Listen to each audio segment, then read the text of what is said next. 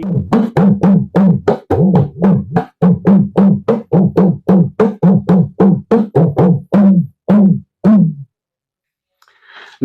कहानी विद जगत किशोर बड़थाल में आप सभी का स्वागत है। आप लोग समझ गए होंगे कि आज हम किस पे बात करने वाले हैं। आज हम बात करने वाले हैं हुड़के पे। हुड़का, जिसे हुड़की भी कहते हैं, कहीं-कहीं इसे सौंधी नाम से भी जाना जाता है। धौंसी, सॉरी, बिल्कुल ठीक कहा। देखिए, मेरे साथ ये होती है बात, जो उस चीज का ज्ञाता होता है उसे पता होता है कि कहाँ-कहाँ इसे क्या-क्या नाम से जानते हैं। हमारे पहाड़ में इसे हुड़का और हुड़की ज्यादा प्रचलित है। हुड़का वो वाद्य यंत्र है जो हमारी संस्कृति में रचा बसा है। हुड़क अ, ये वाद्य यंत्र वो है जो बहुत, जिसका ये नहीं कह सकते कि इसकी उत्पत्ति कहाँ हुई या क्यों ये बना या क्या इसका उपयोग तब रहा होगा जब इसको बनाया गया। लेकिन हाँ, कहा यह जाता है कि आदिकाल से ये हुड़का हमारी संस्कृति में रचा बसा है। हमारे मेले हो, हमारे त्योहार हो, हमारे पर्व हो, हमारा गीत हो, हमारे संगीत हो, वहां हर जगह हुड़के की घमक सुनाई देती है, हुड़के की थाप सुनाई देती है। बिल्कुल, कहा यह जाता है कि कुमाऊं में जो पिथौरागढ़ क्षेत्र है, अस्कोट जो क्षेत्र है, उसके कुछ गांवों में जो कुछ जाति के लोग थे जो हुड़का बनाते भी थे और बजाते भी थे। अब हो सकता है कि वो संस्कृति, क्योंकि अब हुड़का बहुत ज्यादा प्रचलन में नहीं रहा, लोगों का पलायन हुआ, लोग अपने देश विदेश चले गए और वहीं हुड़का भी उनके साथ साथ धीरे धीरे उसकी घमाक की जो आवाज थी वो कम होती चली गई। लेकिन हाँ, कुछ लोगों ने इस हुड़के को आज भी जीवित रखा रखा है, बहुत संघर्ष के साथ। मैं आपको बता दूं, अगर आपने इतिहास पढ़ा हो, हम लोगों का हुड़के से केवल इतना ही परिचय रहा है कि जब हम किसी युद्ध भूमि में कोई चित्र देखते थे इतिहास की किताब में, तो उसमें कोई योद्धा जब लड़ता था, उसके बगल में एक आदमी हुड़का बजा रहा होता था। तब हमारी समझ में नहीं आता था कि ये लड़ाई हो रही है, योद्धा ने तलवार उठाई है, उसके बगल में एक आदमी हुड़के पर कुछ थाप दे रहा है। वीरांगनाओं का जब युद्ध होता था तब भी ये चीज आती थी।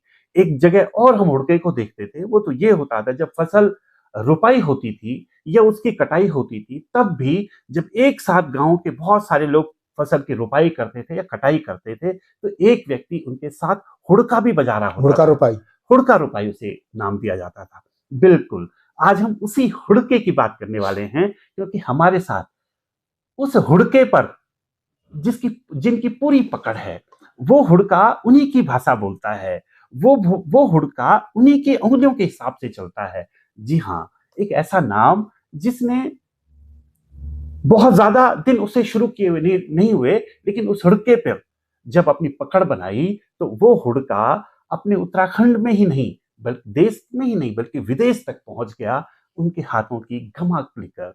बिल्कुल, आज मेरे साथ हैं पौड़ी गढ़वाल के पौड़ी नगर के पौड़ी गांव में जिनका जन्म हुआ, ऐसे अपने भक्ति शाह जी।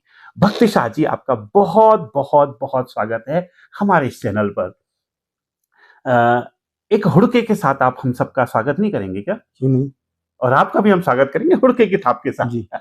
जैसे वेद और पुराणों में लिखा है बड़तवाल जी कि जब भी किसी शुभ कार्य को करते हैं, आज मेरे लिए बहुत बड़ा शुभ अवसर है, आपके चैनल पर मुझे ये अवसर मिला है कि मैं अपने देश विदेश के लोगों से, अपने पहाड़ के लोगों से बातचीत कर सकूं। बिल्कुल। तो सभी जैसे कहते हैं कि अपने इष्ट देवों का नाम जरूर लेते हैं। बिल्कुल। तो मैं वही चीज शुरुआत करूंगा हुड़के के एक ताल के साथ, जिसे धुयाल के नाम से धुयाल कहते हैं। अमूमन सभी लोग जानते हैं कि धुयाल भगवान की स्तुति करते हैं। और मैं आपको एक बात बताऊं बड़थवाल जी कि ये जो लोक वाद्य है, शिव का प्रतीक और डमरू जो होता है वो माना जाता है हुड़के को। तो ये भी एक मान्यता वाला वो लोक वाद्य है। तो ज्यादा कुछ नहीं कहूंगा, इसलिए धुयाल की तरफ धुयाल बजाता हूँ, फिर उसके बाद लोगों से बातचीत करते रहेंगे। नमस्कार।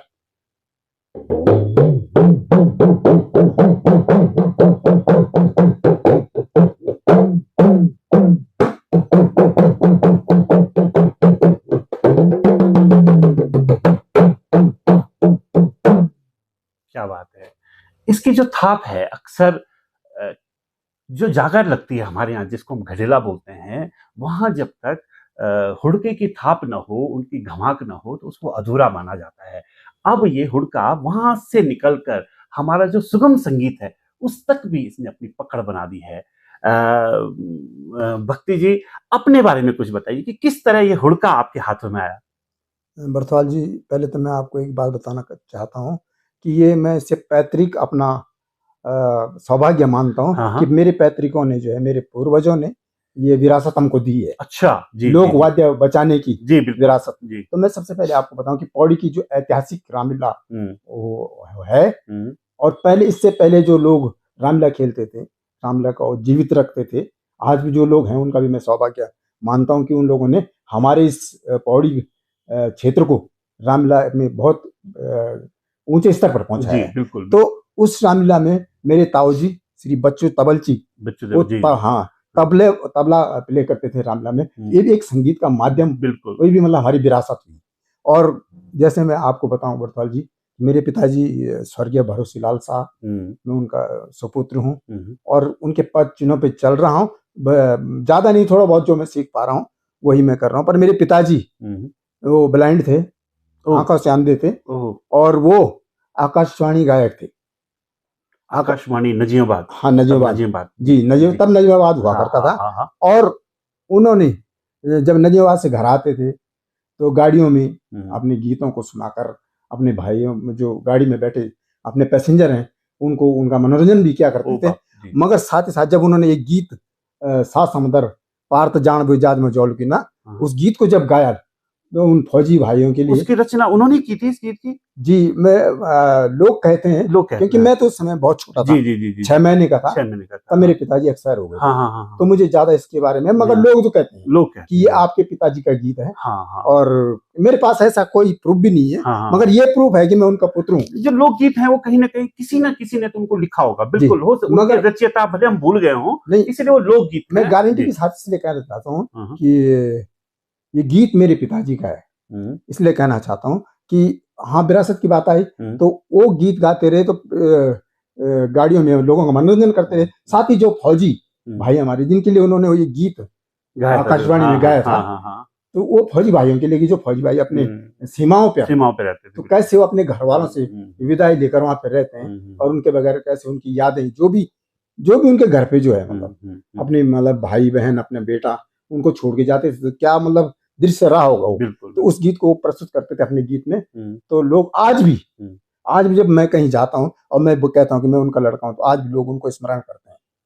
ज्यादा इस बात में और कहूंगा कि मैं पौड़ी गांव का रहने वाला हूँ, और इस बात को इसलिए सहजपूर्व बोल रहा हूँ कि वो गीत मेरे पिताजी का है, क्यों आदरणीय नरेंद्र सिंह नेगी जी जो हमारे लोक गायक हैं, और सरदेई, और जो बड़े गणरत्न हैं, तो वो उन्होंने भी अपने शब्दों में, सतपुली एक कार्यक्रम हुआ था, उसमें मैं हुड़का प्ले कर रहा था, तो आदरणीय नेगी जी ने भी कहा था कि ये भरोसे भाई का गीत। बहुत, तो इससे बड़े मेरे लिए प्रूफ क्या हो बिल्कुल क्या हो सकता है। चलो, हमारे भी सौभाग्य है कि हम आज ही हमें मालूम हुआ कि आपके पिताजी इतने बड़े गायक भी थे, वाद्य यंत्रों के साथ उन्होंने बहुत कुछ खेला है। हम भी उन्हें आज श्रद्धांजलि देते हैं।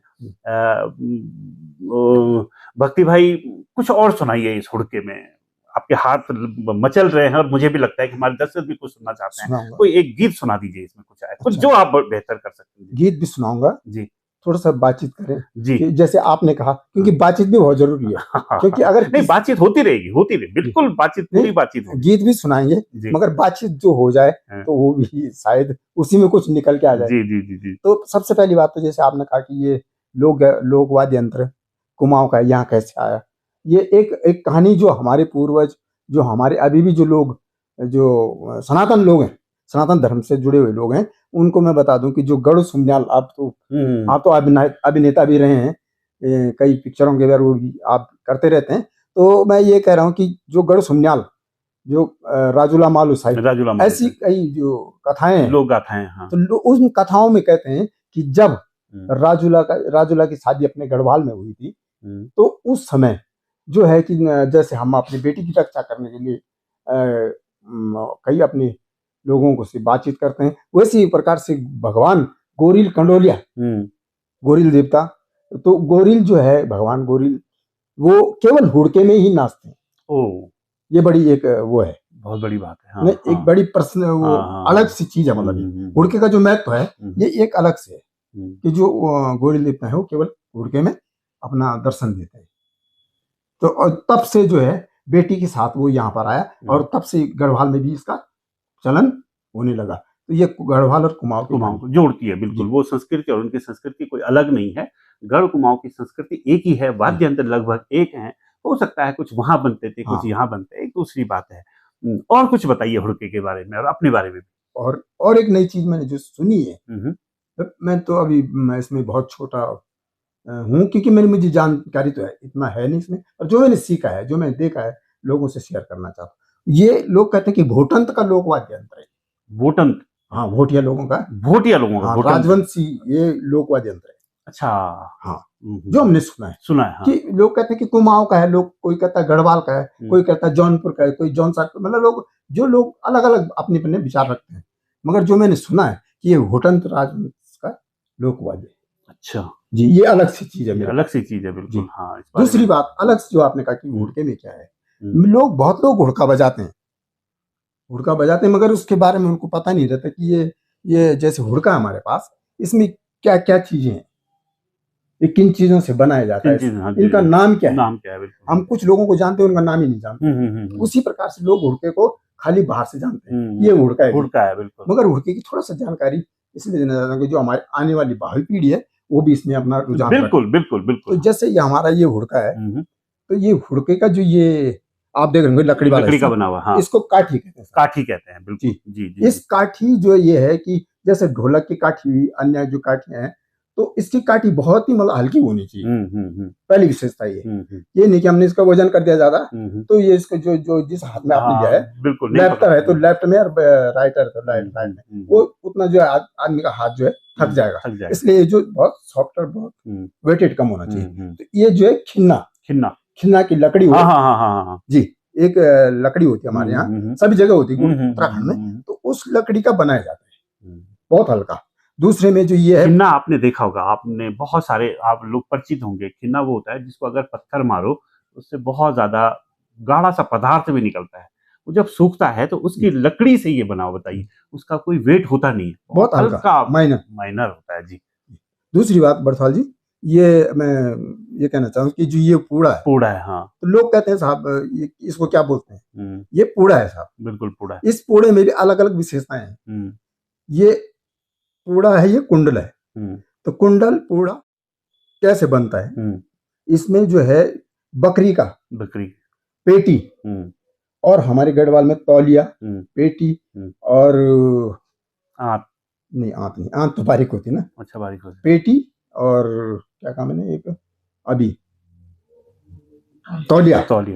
तो पेटी, तौलिया, ये तौलिया हम यहाँ पेटी भी बोल सकते हैं इसे। तो उसका तीसरा हिस्सा जो होता है, अच्छा, इसके 3 भाग किए जाते हैं घर में लाकर, बकरी का होता है, और 3 भाग से ये तीसरा भाग इसका, वो सबसे ऊपर वाला भाग जो है उसको जो बनाया जाता है, और इसको अन्य किसी मतलब जैसे आजकल फेविकोल है वो है, अन्य चीज इससे नहीं चिपकता है। ये हमारे घर में जो पीवर जो भी काली दाल होती है, जो काली दाल को बिल्कुल महीन बारीक करके पीस के इसको जो है मोड़ के इसमें चिपकाया जाता है। तो इस प्रकार से पूरा तैयार होता है। खासकर से बरसाल जी, एक चीज मैं बताना भूल गया आपको कि ये जो काठी है, काठी के अंदर ये देख रहे होंगे आप, इसके अंदर एक बीचों बीच क्या है, एक छेद है इसमें। हाँ, बिल्कुल, एक छेद है इसमें। हाँ, इसमें एक छेद है, तो इस छेद को स्वामी कहते हैं। स्वामी। अब देखो ये इतनी बारीकी चीज है, बजाने वाले तो बहुत बजाते हैं। बिल्कुल। तो एक स्वामी इसलिए बोलते हैं इसको, इसमें प्राण छुपा होता है। अगर मैं इसे बंद कर दूं तो इसकी जो घमक है वो नहीं आएगी, मतलब प्राण नहीं आएगा जो हमें चाहिए। बिल्कुल, जो हमें चाहिए, ऑक्सीजन। उसी टाइप का ये जो है स्वामी है यहाँ पर। तो हम किसी को पूछेंगे भाई साहब ये क्या है, वो छेद बताएंगे इसको, छेद नहीं है, ये स्वामी है। अगर ये नहीं होगा तो ये बचेगा, इसकी आवाज जो है वो नीचे में आएगी, जो है वो अलग। और कुछ खास चीजें जैसे मैंने बताया आपको ये। फिर दूसरी बात ये है कंदौटी। तो कंदौटी जो है वो हर में होती है, जैसे ढोल में भी कंदौटी होती है, हुड़के में कंदौटी होती है, मगर डौर में कंदौटी नहीं, डौर में नहीं होती। बिल्कुल ठीक है। हाँ, डौर में कंदौटी नहीं होती। डौर अक्सर पाँव के बीच में फंसा के उसको ये कहे भाई कि कंदौटी तो हर चीज में होती है, तो कंदौटी केवल इन दो में होती है, हुड़के और ढोल में। हाँ, तो हुड़का भी ऐसी प्रचलित चीज है, जैसे हम ढोल को मानते हैं। ढोल हमारी देवी का लोक वाद्य यंत्र है, प्रतीक है, वो प्रतीक है। देवी उत्पन्न होती है तो पहले ढोल ही बजना चाहिए वहां। वैसी जब भगवान गोरिल कंडोलिया जब ये गोरिल अपनी उत्पत्ति करेगा वहां पर अपने प्रकट होगा तो बिना हुड़के के नहीं। ये कुछ खास चीजें यही है।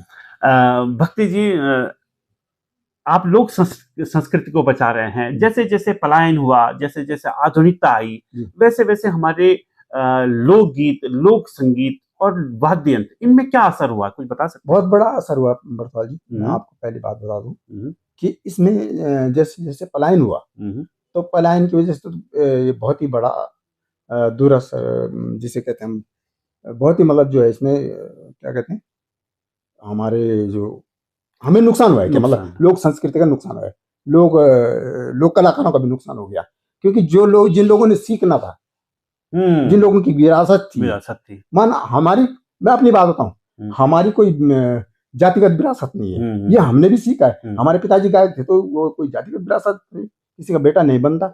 मगर जैसे जो ढोल धमाव हुड़का डौर थाली इनके जो वादक हैं वो विरासत हुई, उनका बेटा सीख जाए तो वो विरासत बन जाती है।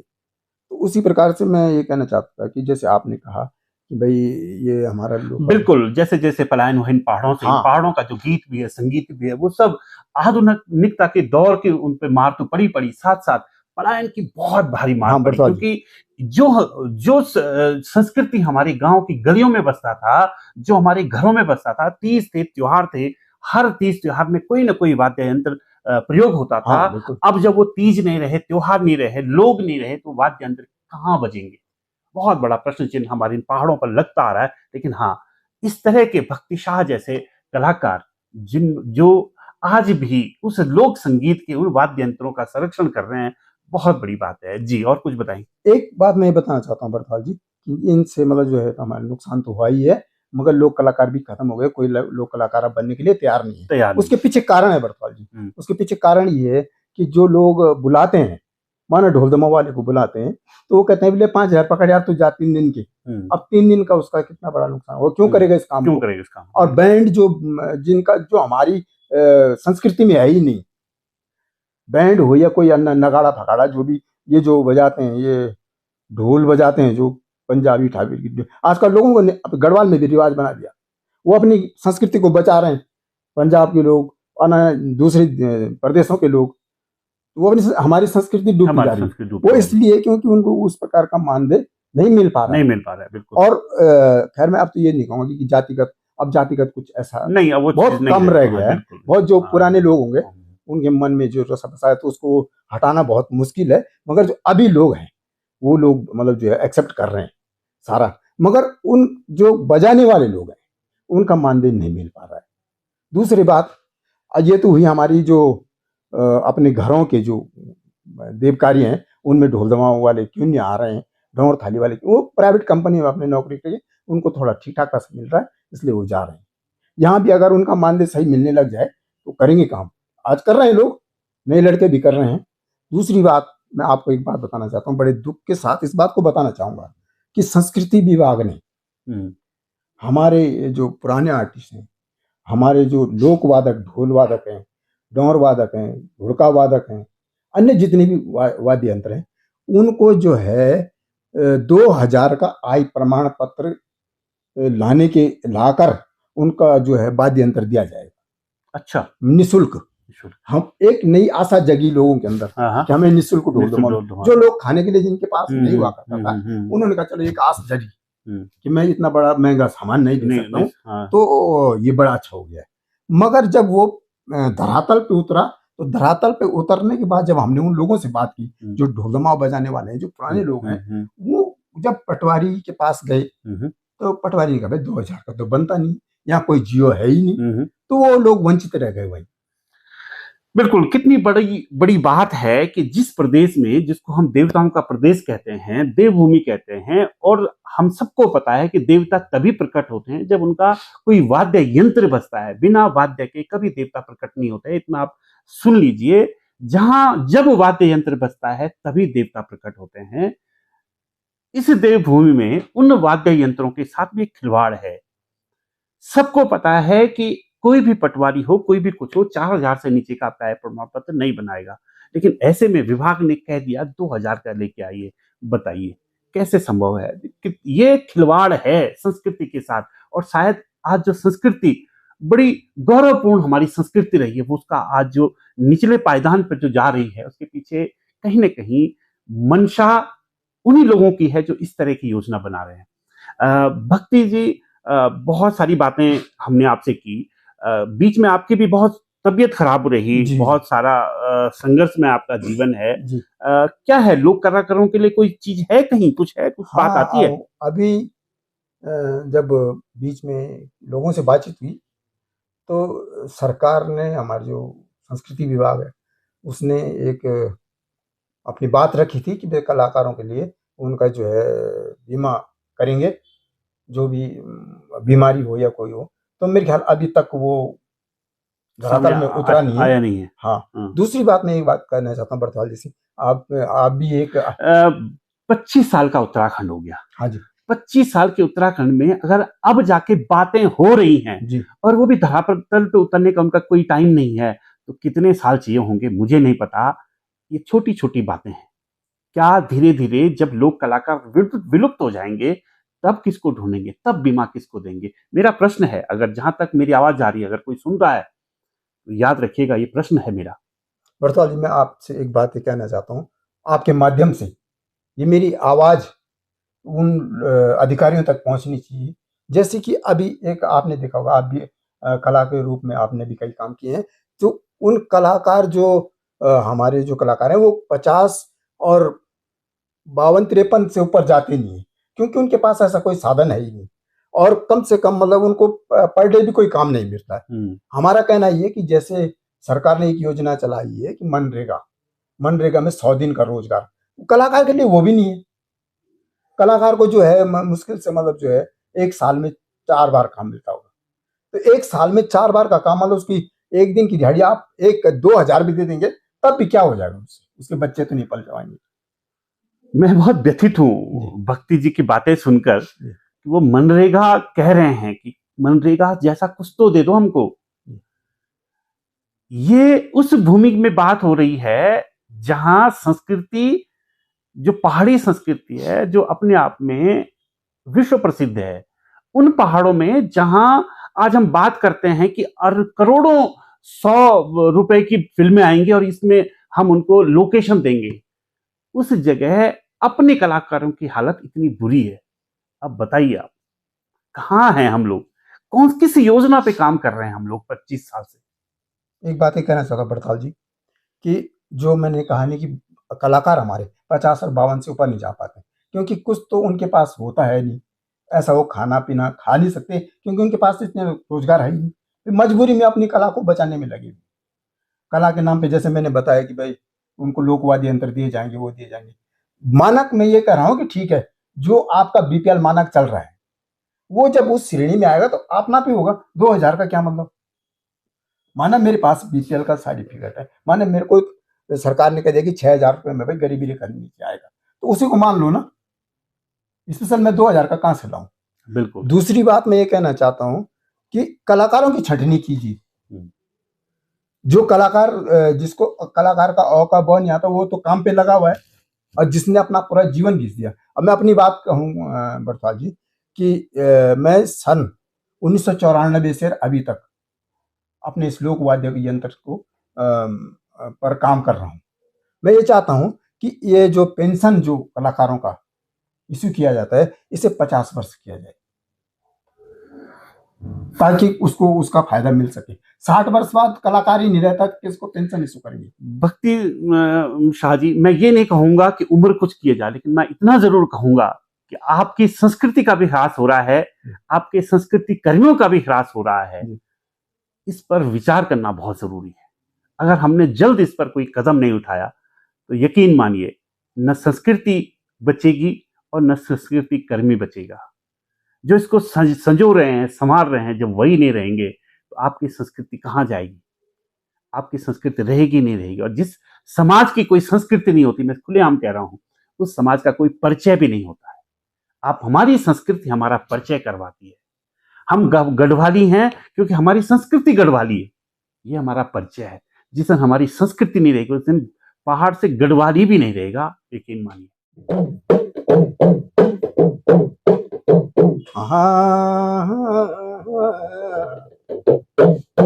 वीर बाबा भैरवनाथ जी आज चले बाबा ऊंचा जोशी मठा। ऊंचा जोशी मठ चले रे बाबा, जगते रो डिमरी सरूल रे बाबा, जगते रो रे चौसिंगिया खाड़ू च, जग तेरी खरवा की झोली, नौखंड की पीपल की बबूच बाबा।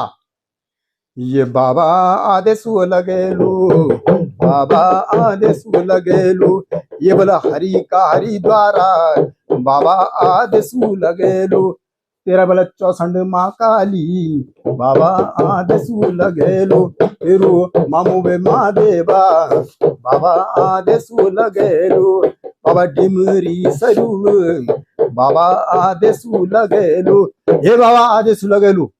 आज जब हमारा उत्तराखंड में देवी देवताओं की स्तुति होती तो ध्यान तो जरूर बुलाए जाऊं, जिसे ध्यान है ये बाबा आदेश लगेलू, बाबा आदेश लगेलू, तीन बल्दी से ध्यानियों का बानो टेकर बोला।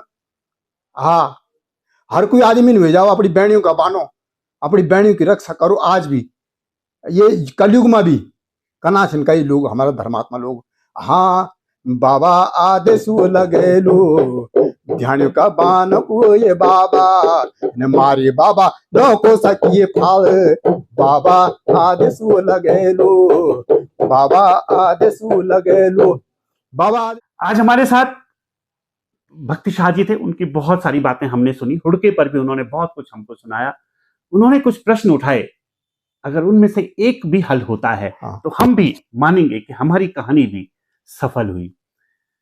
कहानी में जगत किशोर बर्थवाल आपको कैसी लगी कृपया लाइक, कमेंट और शेयर के माध्यम से जरूर बताइएगा, और साथ ही साथ मेरे इस चैनल को सब्सक्राइब करना न भूलेगा। मिलते हैं फिर नई कहानी के साथ, तब तक आप सबको बहुत बहुत नमस्कार।